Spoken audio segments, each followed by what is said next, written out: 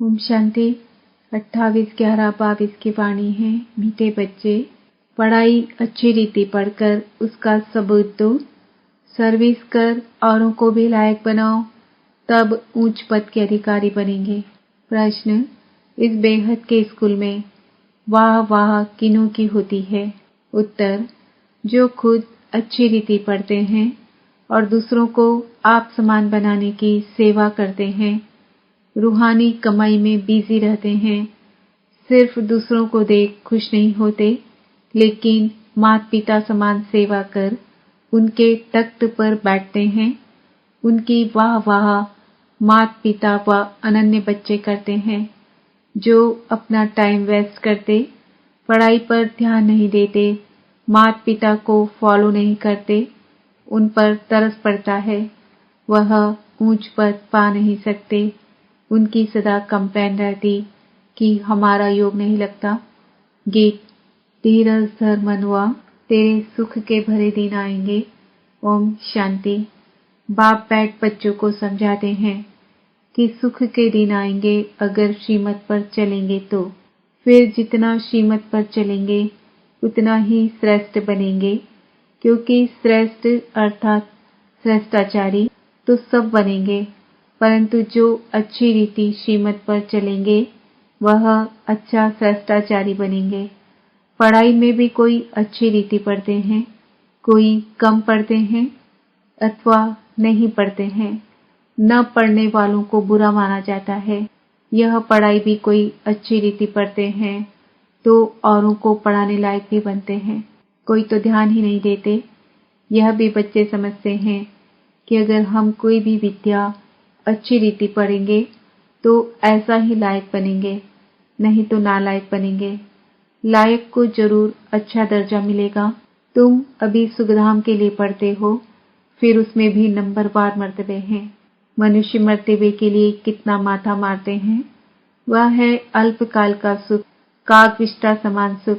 यह तो अथाह सुख है। जो बच्चे श्रीमत पर चलेंगे वही अथाह सुख पा सकेंगे और वह ब्राह्मण कुल में भी अपना नाम निकालेंगे। बाप का बच्चों को फरमान है, सर्विस कर औरों को भी ऊंचे से ऊंचा पद दिलाओ तो तुम्हारा भी पद ऊंचा हो जाएगा। अच्छी रीति पढ़कर फिर बाप को सबूत देना है। बाबा, हमने इतनों को बाबा का परिचय दिया। प्रदर्शनी में भी पहले पहले बाप का परिचय देते हो, परिचय देकर फिर लिखवा लो। बाप दो होते हैं, लौकिक और पारलौकिक। लौकिक से हद का वर्षा मिलता है, जिसको कागविष्टा समान सुख कहा जाता है। बेहद का बाप बेहद का सुख देते, स्वर्ग का मालिक बनाते हैं।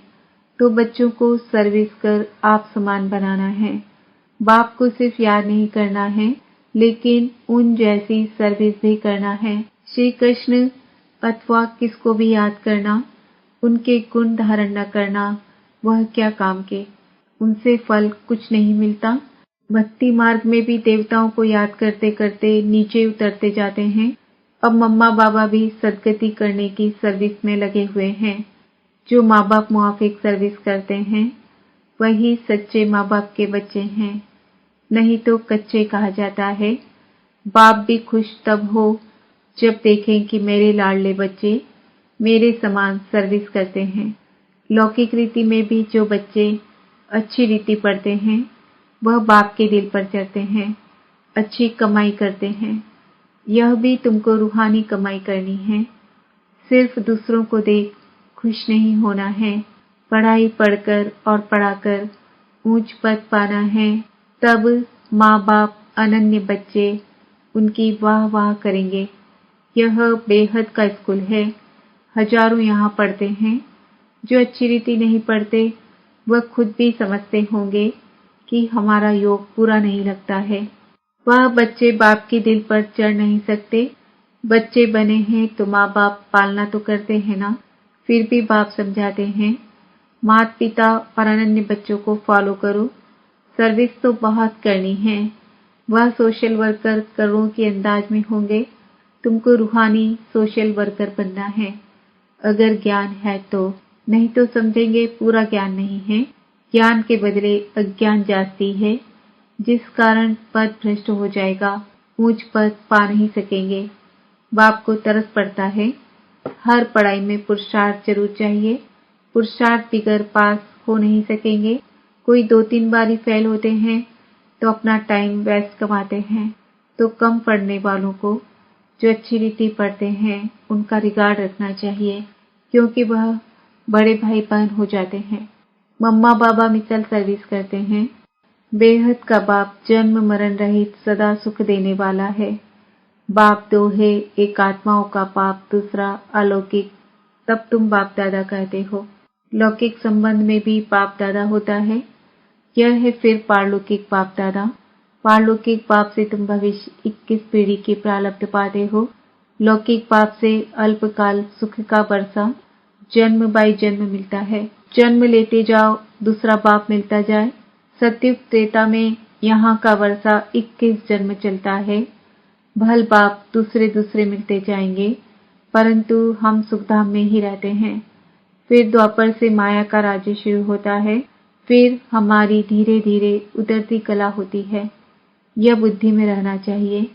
जब उतरते हैं तो जल्दी जल्दी जन्म लेते जाते हैं। आधा कल्प में 21 जन्म लेते हैं, बाकी आधा कल्प में 63 जन्म क्यों?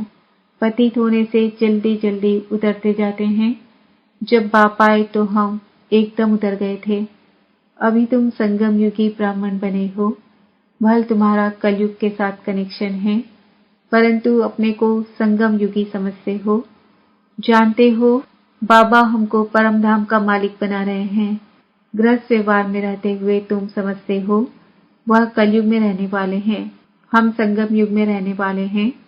वह विकारी बगुले हैं, हम निर्विकारी हंस हैं। सिर्फ बाहर से नहीं दिखाना है, अंतर्यामी बाबा अंदर से जानते हैं। बाप समझाते रहते हैं, बच्चे कोई पाप कर्म नहीं करो। कहा जाता है कख का चोर 100 लाख का चोर। एक बार चोरी करते हैं, फिर 1-2 वर्ष शक रहता है। शक मुश्किल ही मिटता है, तो ऐसा काम करना ही क्यों चाहिए? यह सब काम माया कराती है।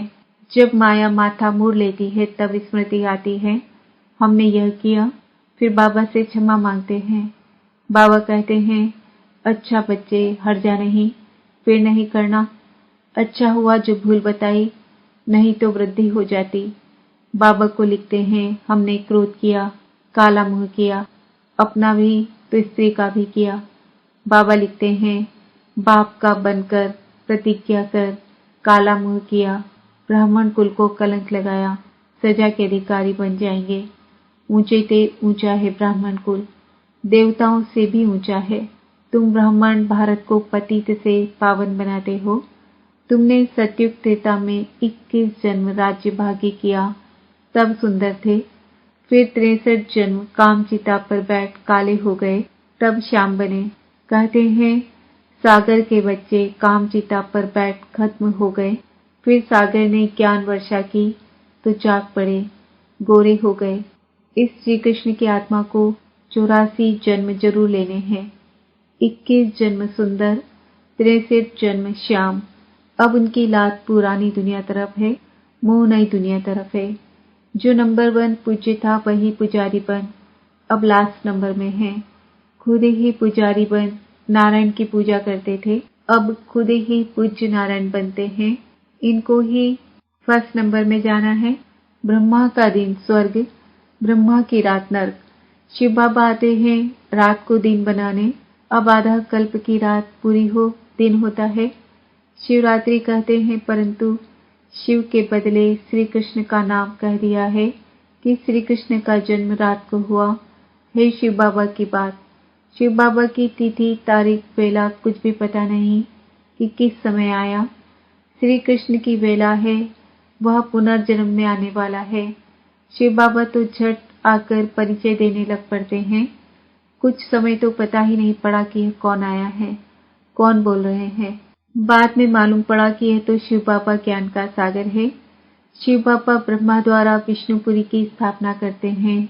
कृष्णपुरी भी यहाँ है। लक्ष्मी नारायण के तक पिछाड़ी विष्णु का चित्र होता है, परंतु ज्ञान कुछ भी नहीं। जैसे गवर्नमेंट का त्रिमूर्ति चित्र है, यह समझने की बात है। बच्चे जाति नहीं समझते हैं, भला लौकिक पारलौकिक पाप का कॉन्ट्रास्ट तो समझते हो ना। याद भी करते हैं, है पतित पावन, है रहम दिल, है दुख हरता सुख करता। सतयुग में कोई याद नहीं करते, बाप यहाँ ही सब मनोकामना पूरी कर देते हैं। सतयुग में तुमको इतना अथाह धन मिलता है जो वहां माथा मारने की दरकार ही नहीं। तुमको श्रीमत पर चलना चाहिए। जो नहीं चलते गोया निधन के हैं, उनको कहा जाता है बगुला। तो हंसों को बगुलों के साथ भी रहना पड़ता है। गृहस्थ व्यवहार में तो रहना ही है, इसलिए रिपोर्ट आती है भाई झगड़ा करता, फलाना झगड़ा करता। दुनिया में झगड़ा ही झगड़ा है। पवित्रता पर भी झगड़ा चलता है। खान पान की परहेज रखनी होती है तो बहुतों के लिए मुसीबत हो जाती है। बाप कितना समझाते हैं, याद में रहकर भोजन खाओ। डायरेक्शन अमल में नहीं लाते हैं, प्रैक्टिस करनी चाहिए। तुम हो पतित दुनिया को पावन बनाने वाली शक्तियां। याद से पाप भस्म हो जाते हैं। मेहनत बहुत, इसलिए कोटों में कोई निकलता है। पुरुषार्थ करते भी फेल हो जाते हैं। आशीर्वाद बाबा का बनंती, बाबा बाबा कहंती, फिर भी श्रीमत पर नहीं चलते तो गिरंती भागंती। माया खींचती है तो बाप को फारकती दे देते हैं। कल पहले जो हुआ है वही रिपीट होना है, इसमें मेहनत चाहिए। जो श्रीमत पर चलते वही धारण कर सकते हैं। मम्मा बाबा कहकर फॉलो नहीं करेंगे तो दुर्गति को पाएंगे, अर्थात कम पद पाएंगे। अनपढ़े पढ़े के आगे बही ढोएंगे, नौकर चाकर बनेंगे। जो ब्राह्मण नहीं बनते वह प्रजा में पाई पैसे का पद पाएंगे, और कोई धर्म स्थापन करने वाला राजा ही नहीं स्थापन करते। बेहद का बाप ही भविष्य के लिए राजा स्थापन करते हैं। पवित्र बनने के लिए पुरुषार्थ करना पड़े। तुम फूल बनते हो, जो विकार में जाते हैं वह कांटे बनते हैं। एक दो को आदि मध्य अंत दुख देते हैं। यह है कांटों की दुनिया। अब तुम संगम पर फूल बन रहे हो। सतयुग है फूलों का बगीचा। संगम पर जंगल से बगीचा बनता है।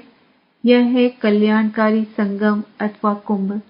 आत्मा परमात्मा का मिलन होता है। अभी तुम जानते हो, हम परमपिता परमात्मा से 21 जन्म का वर्षा ले रहे हैं। राजाई पाने में मजा है। बाकी यह कहना कि तकदीर में होगा तो मिलेगा, इससे क्या होगा। बेहद बाप का परिचय देना है। तुम अनुभवी हो, सर्विस तो करनी है। दिल से पूछना है कि हमने कितनों की सर्विस की।